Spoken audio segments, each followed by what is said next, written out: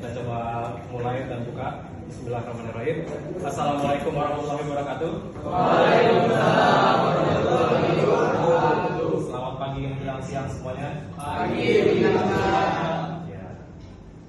Biasa ya melihat suasananya kayak penasaran banget nih sama kegiatan hari ini ya. Saya nggak tahu mungkin ada yang bikin penasaran apa enggak, tapi mungkin insya Allah hari ini cloud computing.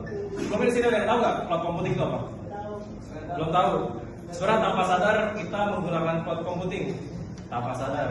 Ya selama ini kayak misalkan kita WhatsApp-an, kayak kita nyimpen file di drive dan sebagainya. Nah itu merupakan bagian dari penerapan dari cloud computing. Cloud computing itu adalah salah satu aspek penting dari komputer atau sistem basis data. Jadi kalau misalkan cloud computing itu diartikan ke bahasa Indonesia, artinya komputasi awan.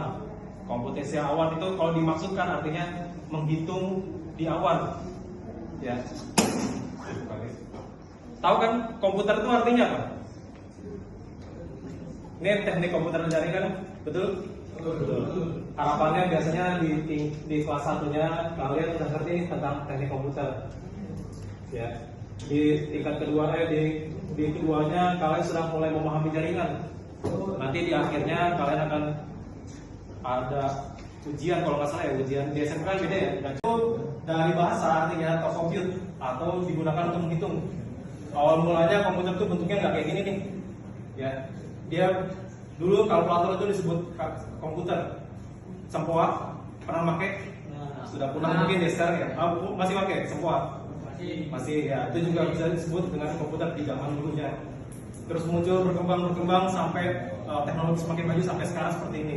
Nah, hingga akhirnya sampai di mana kita bisa menggunakan komputer orang lain atau di tempat lain tanpa mengakses si komputer fisik tersebut. Nah, ini disebut dengan cloud computing. Nah, model layanan teknologi informasi yang memungkinkan pengguna untuk mengakses, menyimpan, mengelola, memproses data atau aplikasi melalui internet tanpa harus memiliki atau mengelola infrastruktur fisik secara langsung. Nah, ini salah satu definisi dari cloud computing. Sudah kebayang belum? Kira-kira cloud computing itu apa? Atau seperti apa? Belum? Ya tadi kayaknya ada yang udah sedikit-sedikit kebayang, coba gimana? Ada yang pernah pakai cloud computing nggak? Belum. Yakin? Udah ya kan nih? Nanti pelan-pelan kita coba buka tabirnya ya. Nah, karakteristik dari cloud computing. Yang pertama itu on demand self-service. Apa sih maksudnya? Maksudnya pengguna dapat menggunakan sumber daya komputasi, misalnya server, penyimpanan sesuai kebutuhan tanpa perlu interaksi langsung dengan penyedia layanan cloud. Terus, apalagi karakteristiknya ada akses jaringan yang luas. Layanan cloud dapat diakses melalui internet dan berbagai perangkat dalam platform tanpa memerlukan instalasi khusus. Pengguna dapat mengakses layanan dari mana saja dengan perangkat yang terhubung ke internet. Terus ada lagi yang lainnya, sumber daya yang dapat diakses secara bersamaan. Sumber daya komputasi cloud, misalnya server, penyimpanan data atau aplikasi, itu dikumpulkan dan dibagi-bagi antara banyak pengguna. Hal ini memungkinkan efisiensi dan efektivitas biaya. Layanan yang dapat diukur atau diatur. Nah, penyedia cloud ini kita bisa mengukur layanan sama ngatur seberapa besar kita mau pakai space atau layanan si cloud tersebut. Dari sini udah mulai kebayang cloud computing itu seperti apa sih? Ada dikit-dikit mulai ada gambaran ya? Dikit-dikit. Ya, dikit-dikit. Mungkin takut salah sebut ya. Tahu apa? Kalau anak SMK jangan takut salah. Salah itu bagian dari pembelajaran. Ya. Sistem basis data cloud computing. Nah, cloud computing itu bisa apa aja? Tadi kan kita udah sempat saya jelasin ya. Kayak bisa buat mengakses layanan, bisa untuk mengolah data, bisa untuk mengolah aplikasi. Nah, ini salah satunya sistem basis data cloud computing. Layanan penyimpanan dan pengelolaan data yang disesuaikan melalui platform cloud, di mana tidak disimpan secara lokal di perangkat pengguna, melainkan di server milik penyedia layanan cloud atau hosting. dapat diakses melalui internet. Nah, pertanyaan pertama, ngerti nggak komputer yang diakses secara lokal dengan komputer yang diakses secara tidak lokal? Tahu nggak bedanya? Komputer lokal itu yang seperti apa? Yang buatan yang di Indonesia? Ya, bukan begitu. Ayo, ada yang bisa jawab nggak? Komputer lokal itu maksudnya seperti apa sih? Atau jaringan lokal itu maksudnya seperti apa sih? Telepon nggak ke luar negeri? Ya, seperti itu. Mana? Bingung? Bingung. Baik. Ini adalah komputer lokal. Ketika saya tidak terhubung kemana-mana, tidak terhubung ke internet, saya tidak bisa berkomunikasi dengan PC yang ada di sini. Atau saya bisa berhubungan dengan PC yang ada di sini dengan bantuan alat, tapi tidak menggunakan internet. Di sini ada yang namanya switch, di situ tuh. Masih seperti itu ya. Jadi emang nggak luput dari keamanan seperti itu. Nah, ini kekurangannya tergantung pada kondisi internet, risiko keamanan data, keterbatasan kontrol atas data, biaya yang dapat meningkat jika penggunaannya meningkat. Nah, pertanyaannya gini, layanan cloud itu nggak selamanya aman, tapi tapi dia juga bisa sangat membantu kita. Kayak misal kita upload ijazah kita ke Google Drive, terus tiba-tiba Google Drive tutup. Kira-kira data kita sama siapa? Kita bisa tutup ya, data kita dihapus. Berarti kepunyaan datanya dia punya siapa?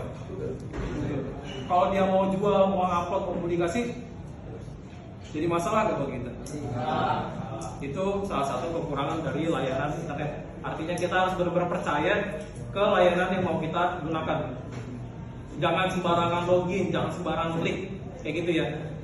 Lagi mau download nih, tiba-tiba ada pop up, klik, terus tiba-tiba ternyata judul ya, Zeus yang gitu ya, terus suruh daftar judi online, terus apa nih login, daftar, malah main, ya.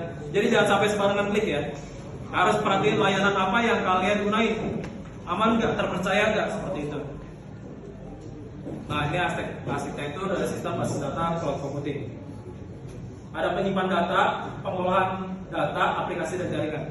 Umumnya cloud computing itu terbagi di berbagai aspek ya, kayak penyimpanan data, sebutnya kayak Google Drive, pengolahan data, ChatGPT pun termasuk dari pengolahan data. Terus aplikasi itu kayak website yang sekarang sering kita buka, ya, entah itu detik.com dan lain sebagainya. Terus ada lagi jaringan yang buat IoT, tahu IoT? Apa? Internet of Things ya. Jadi kita bisa mengontrol perangkat kita dengan menggunakan jaringan. Paling gampang kayak CCTV yang biasa di rumah, bisa kita geser ke kanan, ke kiri. Kita bisa melihat rekamannya dia kayak gimana. Nah, itu bagian dari IoT. Dia menggunakan jaringan cloud, tapi kita segmentasinya di bagian jaringan. Nah, cara kerjanya gimana? Pengguna mengakses aplikasi melalui jaringan. Aplikasi mengirimkan permintaan ke data ke pengolah data mengambil data dari penyimpanan data dikembalikan ke aplikasi kemudian ke pengguna. Nah, tadi itu ya seperti yang saya ceritakan sebelumnya, kayak kita ngirim gambar di WhatsApp, ya kan? Pengguna mengakses aplikasi melalui jaringan. Kita menggunakan aplikasi WhatsApp itu menggunakan jaringan, terus mengirimkan permintaan ke pengolah data. Kita ngirim gambar nih. Permintaan kita, tolong kirimin gambar ini ke perangkat yang ini, si nomor ini. Nah, pengolah data mengambil data dari penyimpan data. Dia lihat nih, memang ada si orang ini. Kalau ada, dia kirim lagi ke penerimanya. Kayak gitu cara akses bolak-baliknya. Terus nanti dikabarin udah sampai ini, sampai checklist dulu. Kayak gitu. Ini sederhananya kalau gambarannya di WhatsApp. Nah, teknologi yang digunakan dalam basis data cloud computing. Nah, ini di penyimpanan data. Contoh-contohnya kayak ada namanya storage area atau SAN, network storage atau NAS, object storage. Contoh sederhananya aplikasinya apa? Kayak Google Drive, Dropbox, terus OneDrive, ya. Ada lagi pengolahan data. Nah, ini mungkin yang paling jarang kedengaran ya, pengolahan data. Ada database management system (DBMS), ada big data analytics, machine learning. Contohnya kayak apa? Kayak Google Colabs, Google Sheets, Jupyter Notebook. Mungkin ini jarang digunakan. Kalau Google Sheet pernah pakai? Excel bisa pakai? Excel, Word, PowerPoint itu harus kalian kuasai. Itu minimal banget kalau mau kerja di skala yang kecil. Excel, Word, sama PowerPoint. Kalau Excel kalian bisa sampai tingkat yang lebih tinggi lagi, itu perusahaan besar itu pasti nyari kalian. Nanti mungkin secara global kita nggak terlalu pakai Excel karena Excel punya batasan yang bisa digunakan berapa recordnya. Nanti ada lagi yang namanya database. Ya itu masih menggunakan kayak itu database management system dan lain sebagainya. Perintah-perintahnya sedikit beda tapi mirip, bentuknya tabel dan kolom. Nah, contoh penyedia layanan sistem basis data cloud computing kayak Amazon, Google Cloud Platform, IBM Cloud. Contohnya kayak apa? Kayak Niaga Hoster, Hostinger, Rumah Web. Kalau nggak salah, kalau dulu saya juga sempat dapat materinya, saya disuruh publikasiin website yang saya buat sendiri. Jadi nanti mungkin kalian juga akan diajarin buat bikin website. Nah, nanti website itu dijalankan secara lokal pakai SAP-PP. Ya itu secara lokal. Terus gimana biar bisa diakses sama orang lain? Kalau secara lokal, orang harus terkoneksi dengan jaringan yang sama dengan saya. Terus orang itu harus tahu IP saya atau alamat situsnya apa, baru bisa membuka website saya secara lokal. Kalau di internet gimana? Bedanya cuma dititipin di kayak ini nih, Hostinger, Rumah Web dan lain sebagainya. Jadi data kita dititipin di sana, terus dikasih tahu ini alamatnya kalau mau mengakses aplikasi yang udah kamu bikin. Nah, ini salah satu contoh penyedia layanan basis data dengan cloud computing. Nah, selanjutnya kita coba bikin aplikasi cloud dengan menggunakan bantuan cloud computing. Aplikasinya apa? Ini sederhananya kayak program pencatatan lomba 17 Agustus 2025. Pernah pakai Gform? Google Form? Ujian pakai Google Form kan? Kurang canggih itu. Ada yang lebih canggih lagi ntar ke depannya. Nah, kita ngebuat ini dengan modelnya bentuknya hampir mirip kayak Google Form. Artinya ada data yang harus disimpan dan ada data yang harus diolah. Tahu Google Form kalau misalkan kita udah ngisi kuesionernya, kuesionernya nanti ada di mana? Di Google Sheet ya. Data-datanya ada di tabel-tabel kayak Excel, cuman di versinya Google, kayak gitu ya. Nah, sama, ini juga nanti kita akan memanfaatkan Google Drive. Tahap pertama, silakan login Google-nya. Oke. Ingat nih, saya kan ngajar privasi ya. Artinya kalian akan login di sini. Yang login nanti jangan lupa di logon. Terus, saya tapi orangnya lupa, gimana ya? Di dalam browser itu ada namanya private browser. Tahu private browser?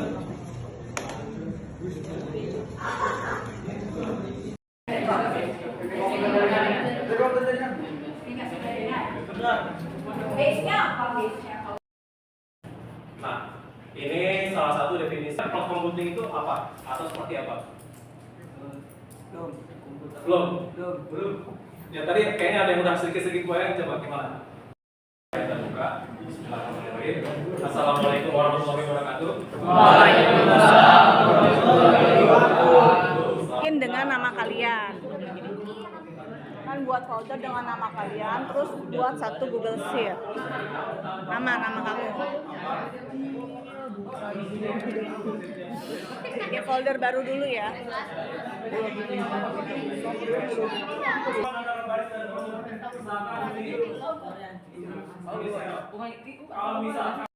Dicari bisnis yaitu cloud computing. Nah biar dibagi-bagi keuntungan gimana ya kita ada dalam cloud computing. Saya belum berbicara itu.